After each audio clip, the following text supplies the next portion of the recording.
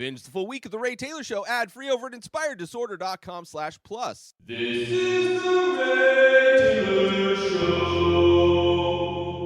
Rayz Dayz, episode 115 of the show where I recap my week. If you want to know more about me, what's been going on with my week, aside from my opinions on the movies that I've watched and TV shows that I've watched and current events that have happened, if you want to get to know me on a personal level, welcome. This is the show. You're in the right place. This time last week, I record these on Sundays, so pretty much a week before they get released. So enjoy the calculations on those delays. But last week, as I was recording, I was having massive problems sleeping. Throughout most of this week, the beginning of this week, I was getting little to no sleep. And last Sunday, I was dead. Like, with the things I do, like with painting or doing all the editing of that stuff, updating the website, recording this show, producing this show, all that stuff I treat very similarly to most people how they treat their day job. Like, even if I feel like shit, I'm going into work, I'm clocking in, I'm getting through it, I'm getting the work done. And last week was one of those days where, these past few weeks have been those kind of weeks where when I'm sitting down to paint, or last week when I was sitting down to record, just brain dead, had a headache the entire time recording, just pushing to get through. Thankfully this week, for whatever reason, towards the end of this week, I was able to actually start getting some sleep, which is nice. And today I actually feel pretty refreshed, which is very, very good. As far as my emotional well-being, I feel pretty okay, not really. I think I was coming out of a bit of a depression there and kind of normalizing at the moment. So overall, the fact that I just got sleep the past few days is nice. I can think fairly clearly. I'm not in crazy amounts of pain. It's a decent end to my week. And in general, I've been pretty active, despite all of the other things that I do. I went back to Twitter, which I've mentioned, now that Elon Musk is backed out of the deal. Figure might as well go back. I enjoy being able to shit post on there, post my opinions of stuff. And I've been very active on Twitter and Instagram.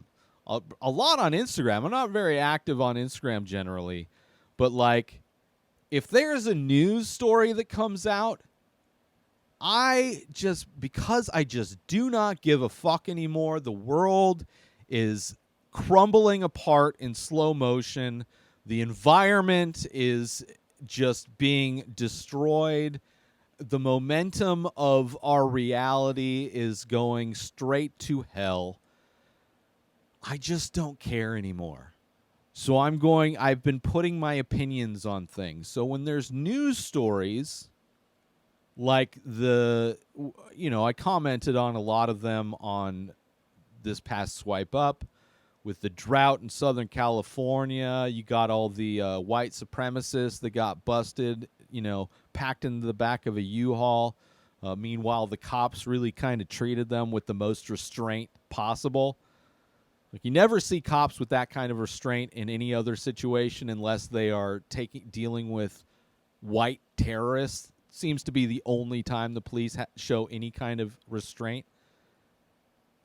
I have been letting my opinions fly on all that stuff, the gun regulation stuff, all of that stuff. And for those that may not know, I am a massive fucking liberal. I do not give a fuck about the opinions of people that regurgitate right-wing propaganda. Don't have any patience for it at all anymore.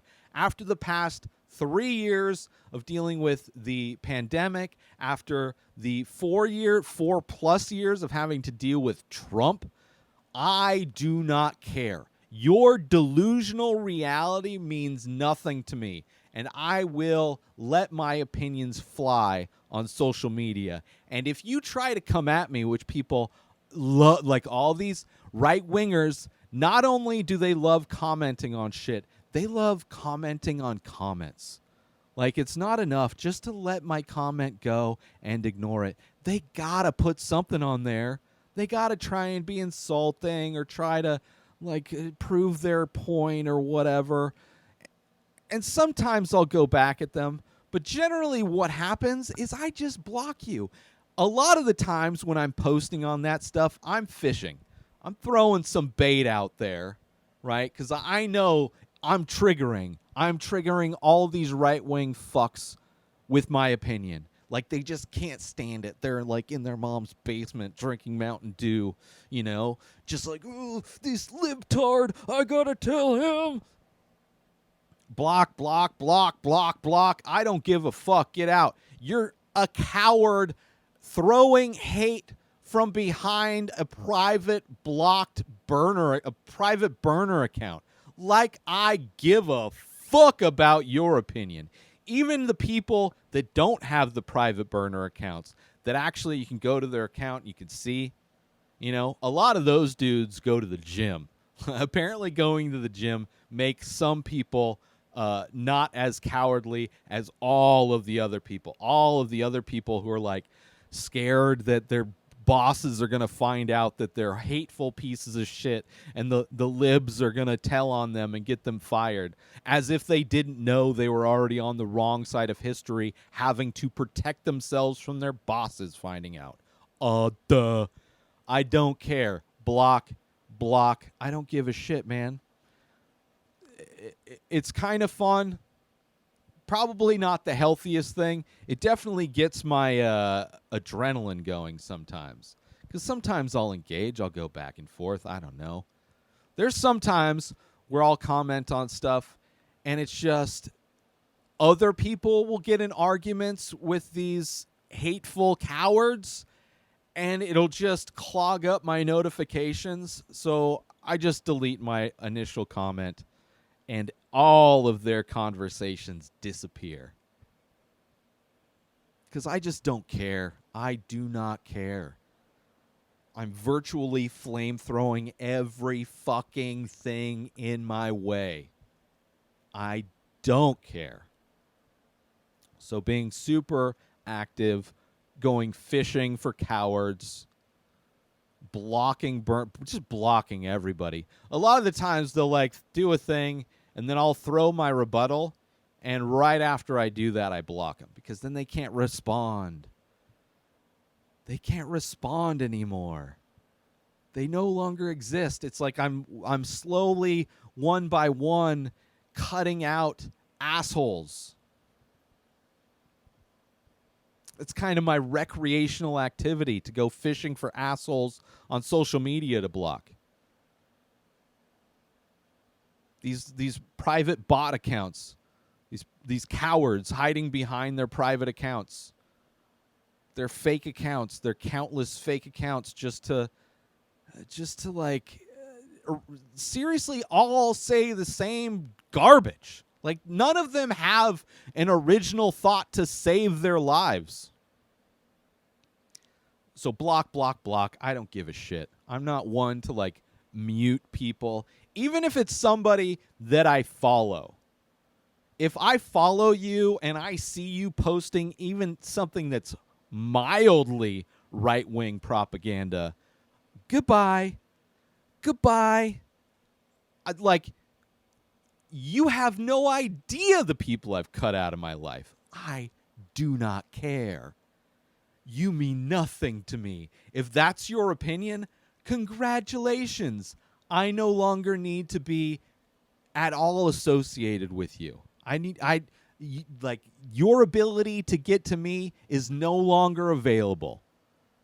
You get to live in your own little delusional world, all by yourself with your own little delusional friends. And now a quick word from our sponsor. Now you can wear the many faces. Original art by Ray Taylor. Select pieces from the ongoing series of abstract ink paintings. All products made with high quality materials, made right here in the USA. Go to inspireddisorder.com/TMF merch to browse the entire collection and save yourself an extra 10% when you check out by using coupon code RTSTMF.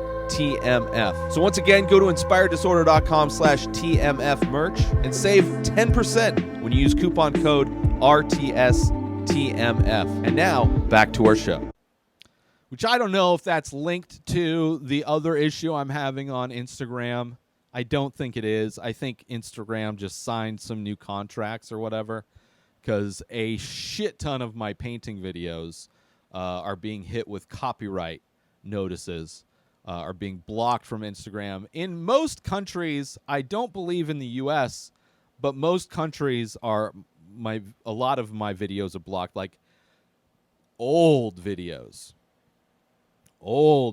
from back when I first started recording my paintings, and it's from like just basic sound effects to, I think some of them are audio that I got from YouTube, like the royalty free stuff. Sometimes that stuff is so I don't really care at this point. The only, like, I don't care if they block them.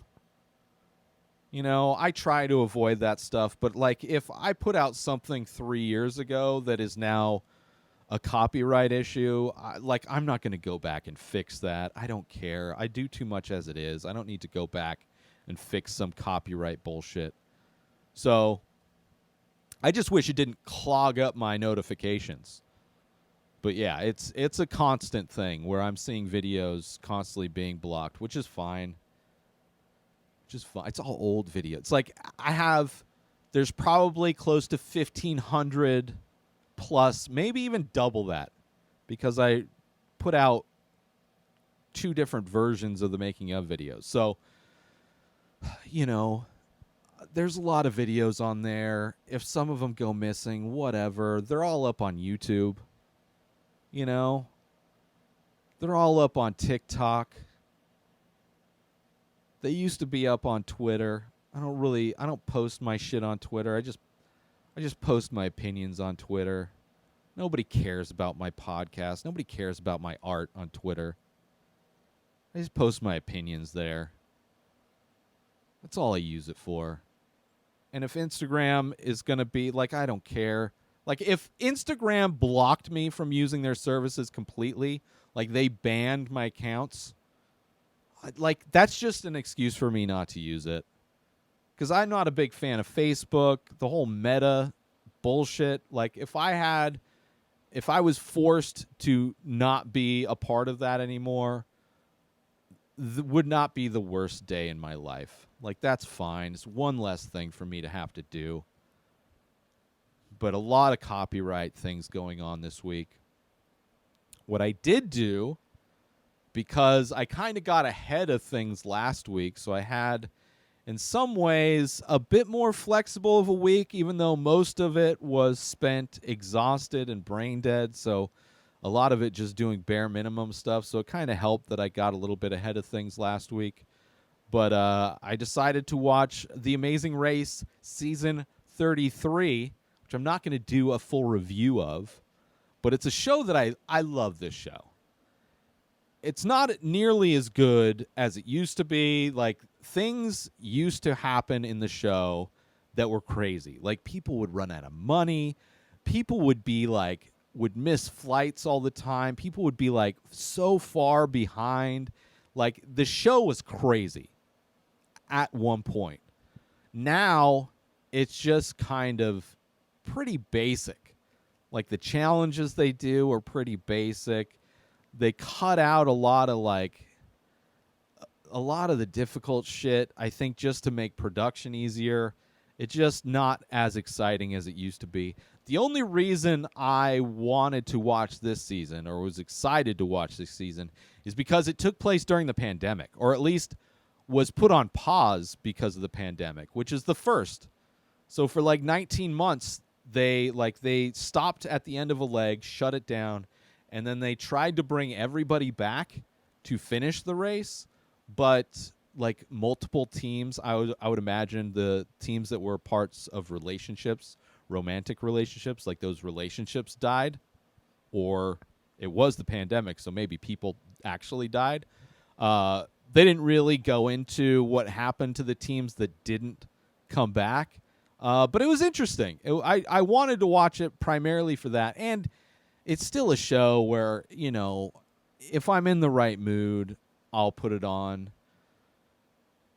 I remember when I first started watching it was like back in 2007. I had never watched it at all. I had downloaded a bunch of seasons, and one of the seasons I downloaded was like one of the most exciting seasons. One of those seasons where like they would have a thing where if you were the last to arrive at a checkpoint, that you would have to give up all of your money and everything you have that's not on your back. So your backpack, if you're not, like if you just came out of the pool, then all you have on you is your swim trunks. No shoes, no jackets, no matter where you go, you're on your own. And there was a team of these two like hippie dudes, but were super well educated, but just, you know, kind of just free spirits, as it were. And there were multiple legs where they were last. So there were multiple legs that they started out having to beg for money. Other teams like donated clothes. And at the end, it like ended, the last leg was in Japan. And one of the guys had spent time in Japan, like studying or teaching in Japan. So he knew Japan well. And it's like this team that had come from behind on multiple legs of this entire race, and they come through and won it, and it was amazing and totally got me hooked on the show. And I watched a bunch of seasons back in like 2007, and then more recently, while I was in Denver, and I ran out of money, and everything fell apart, and I had to move, and my life was over, and I didn't know if I was ever going to paint again. I didn't know if I was ever going to podcast again. Thankfully, I had a place to live.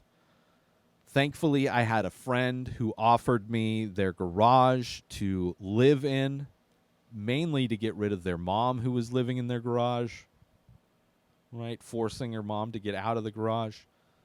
Place I am still living today, thankfully. Very depressed in Denver. I was like, everything I had tried to do fell apart. Everything.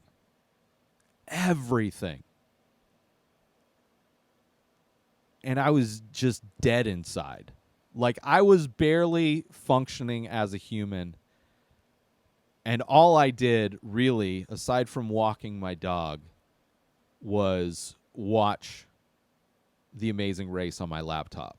And it was like, just seriously, I looked up a blog that rated the best seasons of Amazing Race, and I just went through the entire like top 20 seasons or what, or top 15 seasons of Amazing Race, until like I moved and like kind of started living again, and then eventually stopped. But it's played a part. The show has kind of played, and also it was kind of a big part of my last like serious relationship. Like, we would get together and watch the new episode of Amazing Race while we like, you know, we would make dinner, drink wine, watch Amazing Race, you know, kind of talk about like, be invested in the different teams, and like just talk about how the different people treated each other. And like, it was a great way that I bonded with my, you know, ex now, but you know, at the time, my girlfriend. So it's played like, it's this weird like reality show that's played a major part in my life at weird times. So going back and checking out season 33, because I want it to get good. I want it to get good again, but it just isn't, and I don't think it will. I don't think it will get good again. But I'll still, if there's another season, I'll watch it. Like, I seriously, after finishing season 33, I wanted to go back and rewatch, like pull up that blog post and go back and rewatch all those seasons, which I still might, but I just don't have that kind of time because I'm actually producing this show, which is way more involved than the last podcast I did in Denver. I'm producing artwork on a regular basis on a level that I wasn't doing in Denver. So my time is filled up quite a bit more these days. But hopefully survival will be part of that. You know, I won't crash and burn and be dead inside and have to start all over again. You know? I don't know how many times I have in me to restart again. So go buy a shirt or a print or original piece of art or sign up for Inspired Disorder Plus.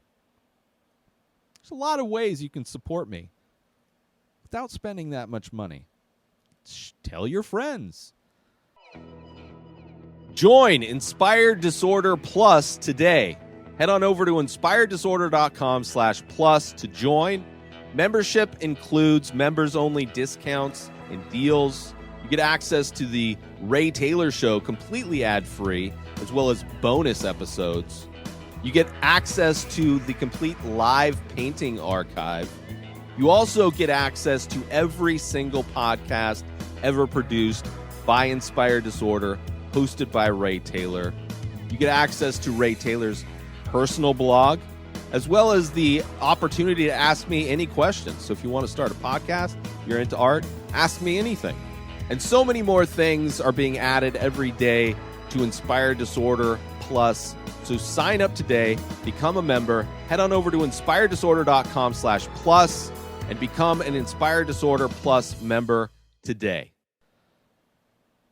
So watch that. You know, in general, riding the wave of mental health, just kind of being okay in the moments where I'm depressed, knowing that I just need to get through what I need to get through, but also taking advantage of the times where I'm manic and have like this burst of inspiration and motivation and energy, like really trying to take advantage of those moments too and ride that wave is kind of where I'm at. With what I have available, that's all I have. I would like to be able to do more in the depressed moments. Just small things, like even smaller things than I'm doing.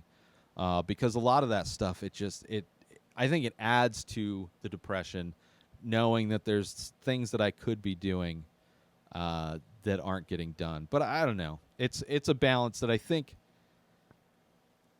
I've survived this long, so just being aware of it, being aware that I'm self-diagnosed bipolar, whatever is wrong with me, whatever is different about my brain, it's something that I've been able to live with and deal with. So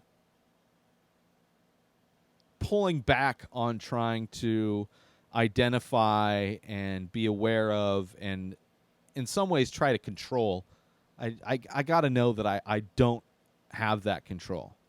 Like I can do things like meditate, tea, diet, exercise. There are things I can do, but ultimately there's marginal effects on how that plays out in reality. So just kind of accepting who I am and how I am and all that stuff. But there was a big news this week.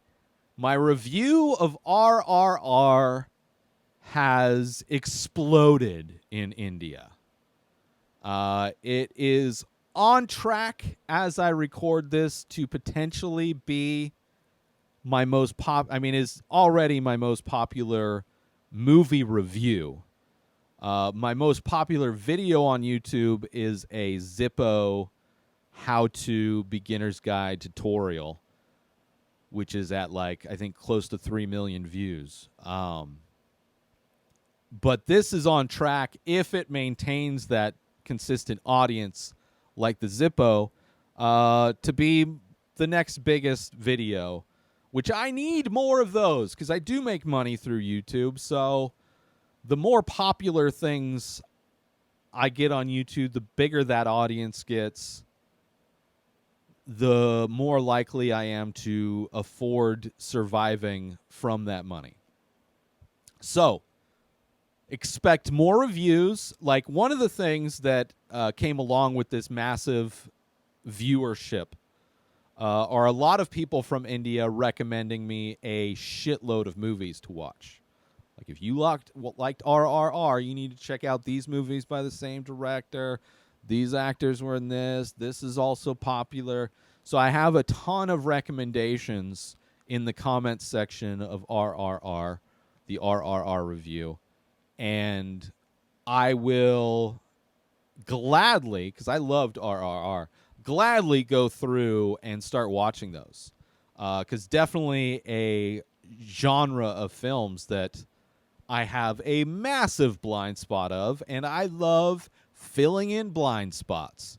I watched some Westerns to kind of start filling those in. Started watching classic films to fill that in. Musicals, fill those in. So adding Indian cinema to that list, especially if they appreciate my reviews, I will gladly do that. So expect more of those. Obviously, it's going to come down to the availability of those films through the streaming services I have. But yeah, if that's the audience that's going to be tuning in and enjoying my work, I will gladly start adding more movie reviews for films made in India. And I highly recommend everybody check out RRR and check out my review. Despite feeling like shit last week while recording that review, I did pretty good pushing through on a day where I felt like shit and I hadn't slept at all. People are enjoying it. I'm happy with how it turned out. I'm happy with the response. And like, was kind of blown away when I woke up. The review came out on Friday. And when I I post my social media stuff first thing in the morning when I wake up, post the making of videos and the clips from the podcast, post those on TikTok and on Instagram. And I noticed my numbers on the YouTube, and it was like, whoa, and it was like doubling every hour. I was like, holy shit. Of course, right when I noticed it was doubling every hour, it kind of peaked and then went back down. But it's still going strong. It's still like ranking it, churning in the numbers. Hopefully it's a review that will last a long time and continue to gain viewers and subscribers, and hopefully they will enjoy the reviews I have for the other films that I intend to review. So shout out to India. I love everybody there. I would love to go visit India. India is a huge place. And I've seen parts of India watching The Amazing Race. So, same thing, right? Reality is like reality TV shows, right? No, but I would love to go visit a lot of places. But India, full of great people and great films as well. I'm excited to watch more because RRR was a lot of fun. So anyway, that has been my week. I hope everybody's been having a great week as well. And, take care. New episodes of The Ray Taylor Show come out every single day. Subscribe on YouTube and everywhere our podcasts are found. Binge the full week over at inspireddisorder.com/plus.